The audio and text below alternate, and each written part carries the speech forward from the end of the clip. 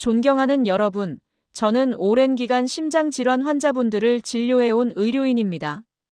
오늘 말씀드릴 내용은 치료법이나 응급처치에 관한 이야기가 아닙니다.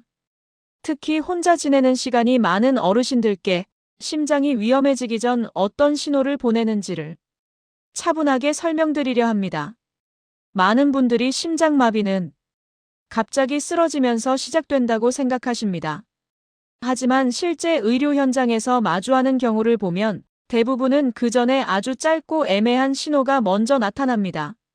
문제는 이 신호가 너무 흔한 불편함처럼 느껴져 쉽게 지나쳐진다는 점입니다.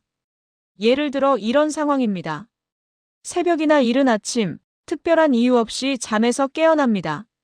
몸은 분명 누워 있는데 숨이 평소처럼 깊게 들어가지 않습니다. 크게 숨을 쉬려고 해도 가슴이 시원하게 열리지 않는 느낌이 듭니다. 이때 가슴 한가운데가 묵직하게 눌리는 듯한 불편감이 나타날 수 있습니다. 칼로 찌르는 통증은 아닙니다. 그래서 더 헷갈립니다. 체한 건가? 잠자리가 안 좋았나? 나이 들어서 그런가 보다. 병원에서 환자분들을 만나보면 이런 말을 가장 많이 듣게 됩니다. 특히 혼자 계신 분일수록 이렇게 스스로를 안심시키는 경우가 많습니다. 심장은 말을 하지 못합니다. 대신 불편한 감각으로 신호를 보냅니다. 이 신호는 꼭 강렬할 필요가 없습니다. 오히려 애매해서 이 정도면 괜찮겠지라고 넘기기 쉬운 형태로 나타납니다. 가슴 통증도 사람마다 다르게 느껴집니다. 누군가는 쥐어짜는 느낌이라고 하고 누군가는 돌덩이를 올려놓은 것 같다고 말합니다. 어떤 분들은 통증보다는 답답함이나 이유 없는 불안감을 먼저 느끼기도 합니다. 이때 중요한 기준은 얼마나 아픈지가 아닙니다. 평소와 다른가? 이 질문이 훨씬 중요합니다. 평소에는 없던 불편함이 갑자기 나타났다면 그 자체로 심장은 이미 평소보다 더 큰 부담을 받고 있을 수 있습니다. 또 하나 자주 나타나는 신호는 왼쪽 팔이나 어깨 쪽의 이상 감각입니다. 팔이 저리거나 묵직하게 당기는 느낌이 들 수 있습니다. 턱이나 목 주변이 괜히 불편해지는 분들도 계십니다. 이런 증상들은 항상 동시에 나타나지 않습니다. 하나만 나타나기도 하고 잠깐 있다가 사라지기도 합니다. 그래서 많은 분들이 괜찮아졌다고 판단합니다. 하지만 의료진의 입장에서 보면 이 시점은 가장 애매하면서도 가장 중요한 구간입니다. 겉으로 보기에는 아직 큰일이 아닌 것처럼 보여도 몸속에서는 이미 정상과는 다른 변화가 조용히 진행되고 있을 수 있습니다. 특히 혼자 계실 때는 이 신호를 함께 확인해 줄 사람이 없습니다.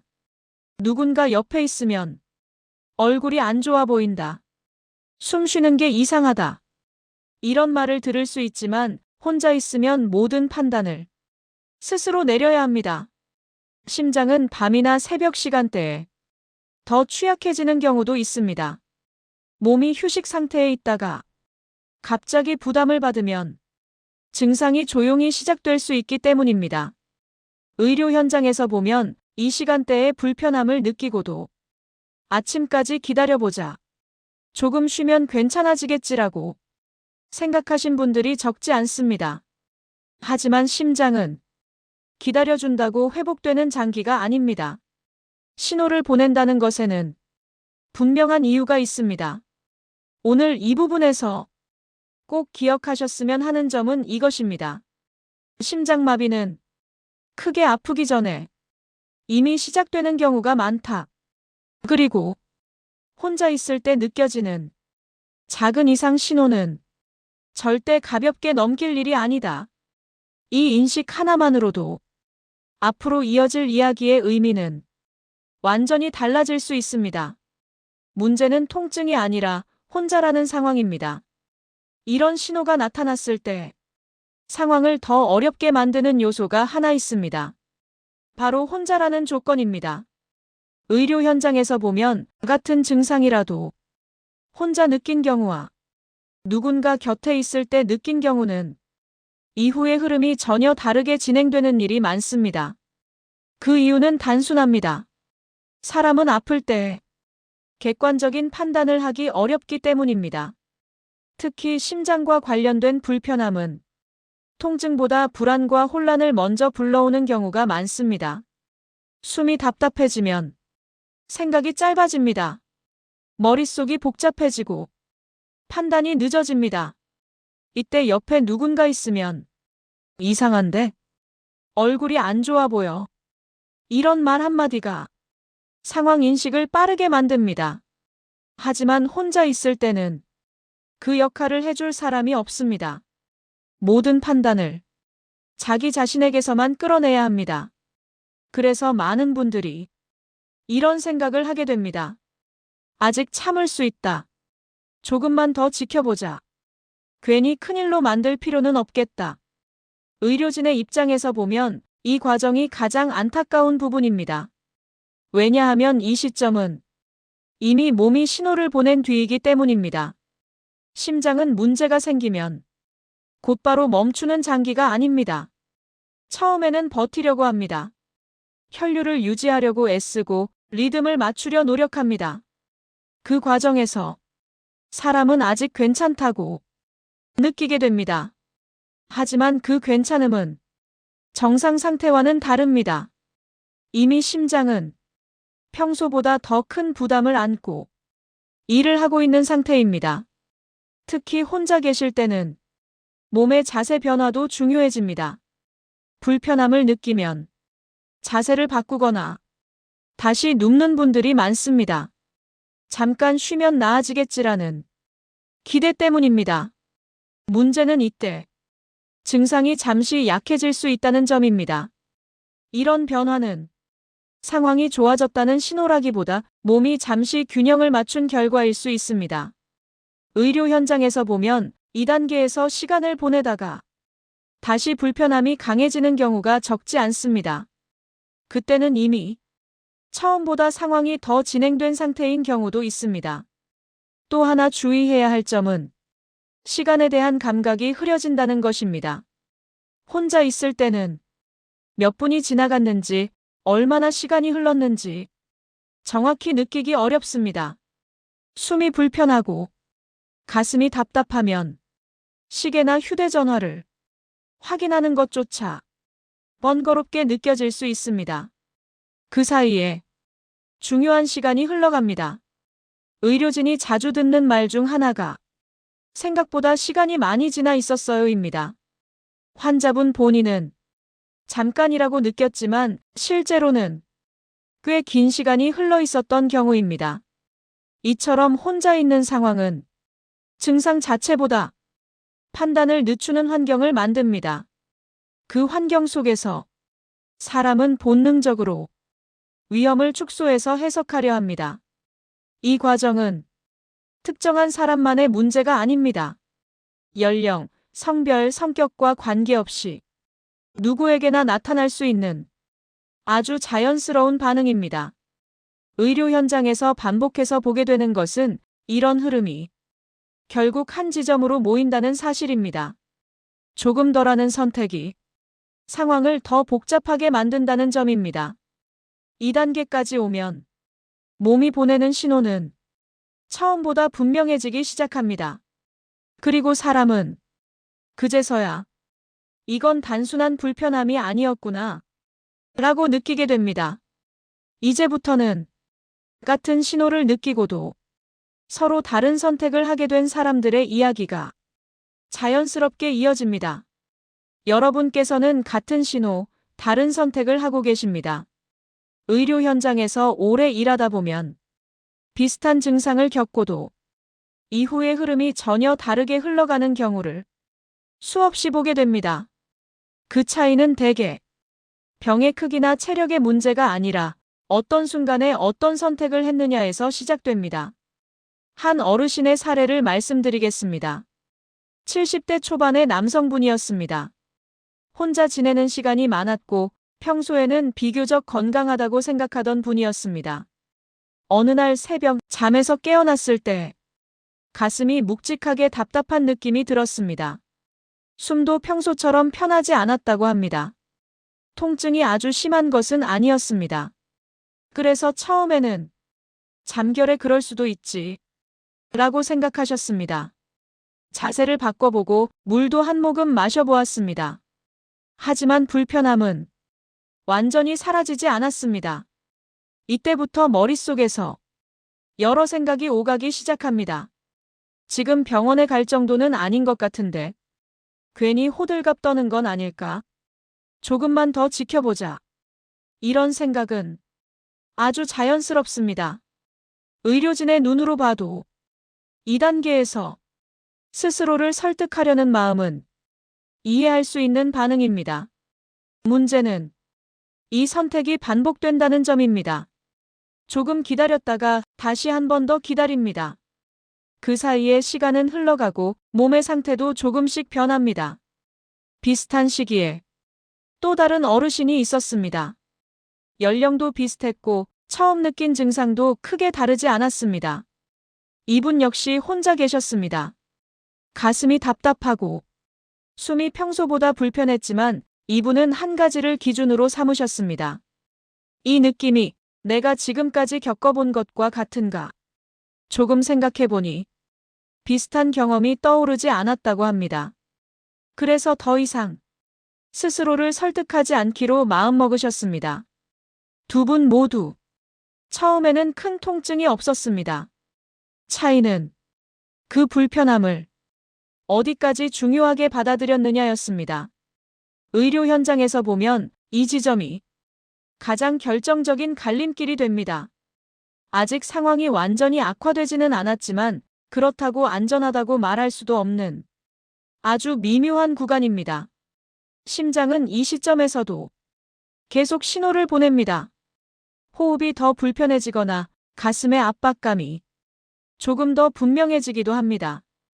어지러움이나 식은땀이 동반되는 경우도 있습니다. 하지만 혼자 있는 사람은 이 변화를 객관적으로 비교하기 어렵습니다. 아까보다 조금 나아진 것 같기도 하고 아닌 것 같기도 하고 이런 애매함 속에서 사람은 쉽게 결정을 미룹니다. 그 사이에 몸은 계속 버티고 있습니다. 의료진이 기록을 살펴보면 이 시기를 어떻게 지나왔는지가 이후 치료 과정에 큰 차이를 만들어냅니다. 처음 불편함을 느낀 시점과 의료적인 도움을 받기까지의 시간 차이가 생각보다 중요하기 때문입니다. 안타까운 사례들도 있습니다. 불편함을 느꼈지만 조금만 더를 반복하다가 결국 상황이 급격히 나빠진 경우입니다. 그분들 역시 처음에는 이렇게 말씀하십니다. 그렇게까지 위험한 줄은 몰랐어요. 이 말은 결과를 알고 난 뒤에야 나올 수 있는 말입니다. 그 순간에는 누구도 결과를 정확히 예측할 수 없습니다. 그래서 의료진은 증상 자체보다 선택의 흐름을 더 중요하게 봅니다. 어떤 신호가 왔을 때 사람이 어떤 방향으로 생각이 흘러갔는지 그 과정이 이후의 상황을 결정합니다.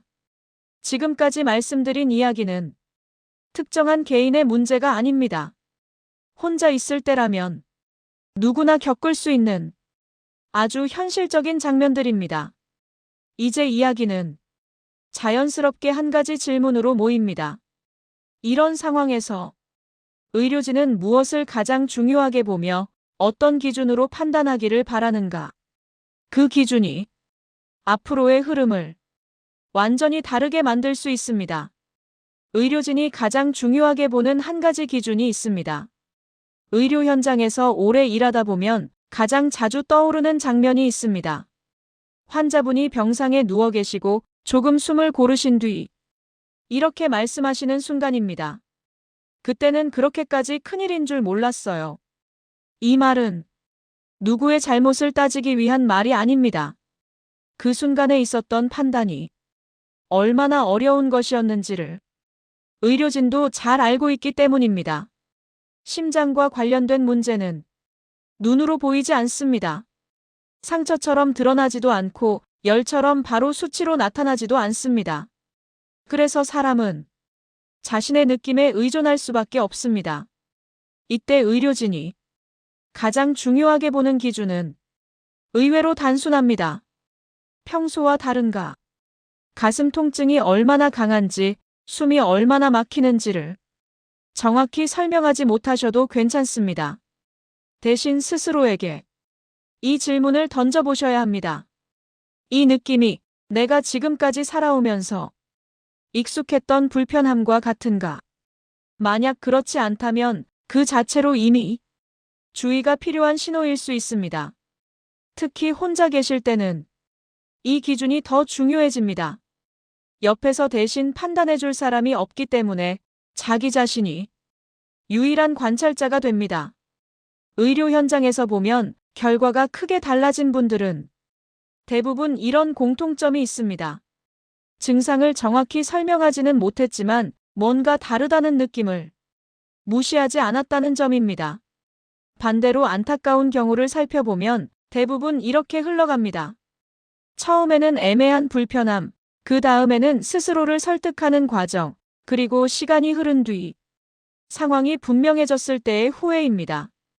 이 흐름은 누구에게나 일어날 수 있습니다. 연령이나 성격, 의학 지식의 많고 적음과는 큰 상관이 없습니다. 그래서 의료진은 어르신들께 겁을 주기보다는 기준 하나를 마음에 남기길 바랍니다. 이건 참아도 되는 불편함인가? 아니면 한 번쯤은 멈춰서 생각해봐야 할 신호인가? 이 질문을 한 번 더 떠올리는 것만으로도 상황은 달라질 수 있습니다. 또 하나 강조드리고 싶은 점은 증상이 잠시 나아졌다고 해서 문제가 사라졌다고 단정할 수는 없다는 사실입니다. 심장과 관련된 문제는 보았다가 사라지는 것처럼 보였다가 다시 나타나는 경우도 적지 않습니다. 의료진은 괜찮아진 것 같다는 말보다 이상하다고 느꼈다는 말을 훨씬 더 중요하게 받아들입니다. 느낌은 주관적이지만 그 느낌이 만들어진 배경에는 분명한 이유가 있기 때문입니다. 지금까지 이어진 이야기는 어떤 특별한 기술이나 어려운 의학 지식을 외우게 하기 위한 것이 아닙니다. 단지 한 가지 인식을 마음에 남기기 위한 것입니다. 심장마비는 항상 극적인 모습으로 시작되지 않는다. 그리고 혼자 있을 때 느껴지는 작은 이상 신호는 가볍게 넘길 일이 아니다. 이 두 가지만 기억하셔도 앞으로 비슷한 순간을 맞이했을 때 지금과는 다른 판단을 할 수 있을 것입니다. 이 영상이 불안을 키우기 위한 것이 아니라 어르신들 스스로를 조금 더 지켜볼 수 있는 기준 하나가 되었기를 바랍니다. 심장은 오늘도 말없이 일을 하고 있습니다. 그 신호에 조금만 더 귀를 기울이는 것, 그것이 가장 현실적인 준비일지도 모릅니다. 여기까지가 4부 완료본 2000자 이상입니다. 이제 딱 한 가지만 말해주세요. 이대로 업로드용 최종본 정리. 광고 2개 구조 맞춰 14부 분량 더 확장. 짧게 답해도 됩니다. 좋아요, 구독, 댓글, 공유 유도해줘. 알겠습니다. 아래는 4부 맨 끝에 그대로 붙여 쓰는 마무리 CTA입니다. 시니어 톤. 과하지 않음. 자연스럽게 좋아요, 구독, 댓글, 공유 전부 회수. 마무리 멘트 좋아요, 구독, 댓글, 공유. 오늘 말씀드린 내용이 조금이라도 도움이 되셨다면 좋아요 한번 눌러주시고 앞으로도 이런 건강 이야기를 놓치지 않으시려면 구독도 함께 눌러주세요. 혹시 영상을 보시면서 이건 우리 부모님도 꼭 봐야겠다. 혼자 지내는 가족이나 이웃이 떠오른다. 하는 분이 계시다면 공유로 한 번만 전달해 주세요. 이런 정보는 알고 있는 것만으로도 위험한 순간에 큰 차이를 만들 수 있습니다. 또 영상 내용을 보시면서 비슷한 경험이 있으셨거나 평소 심장 건강에 대해 궁금했던 점이 있다면 댓글로 편하게 남겨주세요. 여러분의 이야 하나하나가 다음 영상에 큰 도움이 됩니다. 이 채널은 어르신들께 꼭 필요한 건강 이야기를 과장 없이 의료 현장에서의 기준으로 계속 전해드릴 예정입니다. 끝까지 시청해주셔서 진심으로 감사합니다. 오늘 말씀드린 내용이 조금이라도 도움이 되셨다면 좋아요 한번 눌러주시고 앞으로도 이런 건강 이야기를 놓치지 않으시려면 구독도 함께 눌러주세요. 혹시 영상을 보시면서 이건 우리 부모님도 꼭 봐야겠다. 혼자 지내는 가족이나 이웃이 떠오른다. 하는 분이 계시다면 공유로 한 번만 전달해 주세요. 이런 정보는 알고 있는 것만으로도 위험한 순간에 큰 차이를 만들 수 있습니다.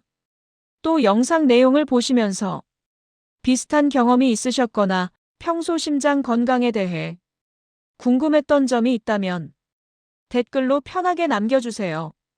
여러분의 이야 하나하나가 다음 영상에 큰 도움이 됩니다.